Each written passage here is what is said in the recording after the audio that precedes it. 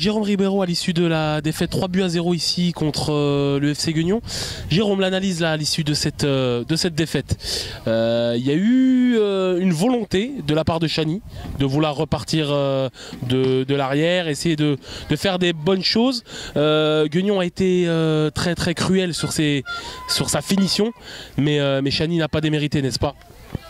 Ouais, tout à fait. On avait à cœur de toute façon de faire une bonne prestation. Je pense qu'on a eu du mal à rentrer, surtout sur les 20 premières minutes. On a vraiment eu du mal à être dedans. Bon, je pense que voilà, l'engouement, les joueurs, le public, Guignon a fait que les mecs, je pense qu'ils avaient la boule au ventre un peu trop longtemps.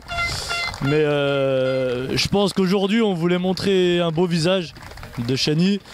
Je pense qu'aujourd'hui, quand on va parler de Chani ou du moins Guignon, on pourra dire que ils ont eu affaire à un os qui s'est battu du début à la fin, je pense. On a fait une grosse deuxième mi-temps et moi je suis satisfait. C'était pour moi un bon match de foot. Je pense que les mecs en ont pris plein les yeux. Les supporters sont contents. Voilà. Après déçus forcément du résultat parce que je pense qu'on aurait pu avoir l'occasion de marquer un petit but.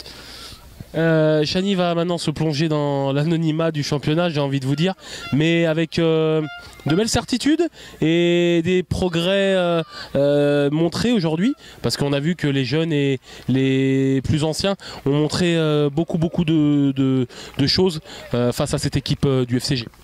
Bah oui, non, mais de toute façon complètement. Il y avait... Pour moi, de toute façon, l'opposition, elle était complètement démesurée, ça c'est clair. Il y avait tellement un fossé entre les deux équipes. Pour nous, voilà, c'était important de faire une bonne prestation. Maintenant, en vue du championnat, il va falloir se remettre dedans rapidement, dès le week-end prochain. On a la chance de ne pas avoir eu de blessés, donc hormis le gardien sur la fin, mais je pense que c'est juste une crampe.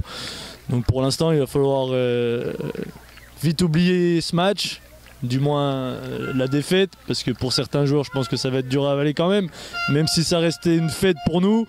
Il va vite falloir rebondir en championnat qui reste pour nous la priorité et essayer de faire un résultat et se remettre au travail. Je pense qu'on a un gros parcours en coupe, on peut être satisfait, donc maintenant il va falloir se remettre au boulot tout de suite. Merci beaucoup Jérôme. Avec Steven Harrison à l'issue de la victoire ici à Chani en Coupe de France. Steven, l'analyse cet après-midi. On a senti que vous avez bien entamé le match. 3 buts aujourd'hui, aucun encaissé. C'est toujours bon pour la confiance avant d'affronter Louhans Cuiseaux surtout. Ouais, c'est clair, Louhans ça va être un gros match, nous on l'attend forcément et je pense que aussi ça va être deux grosses équipes qui se rencontrent avec les mêmes objectifs je pense, donc voilà, ça va être un gros match. Après pour ce qui est d'aujourd'hui, l'objectif c'était de se qualifier, c'est fait, on aurait pu être un peu plus réaliste mais le principal a été fait aujourd'hui, c'est la qualif.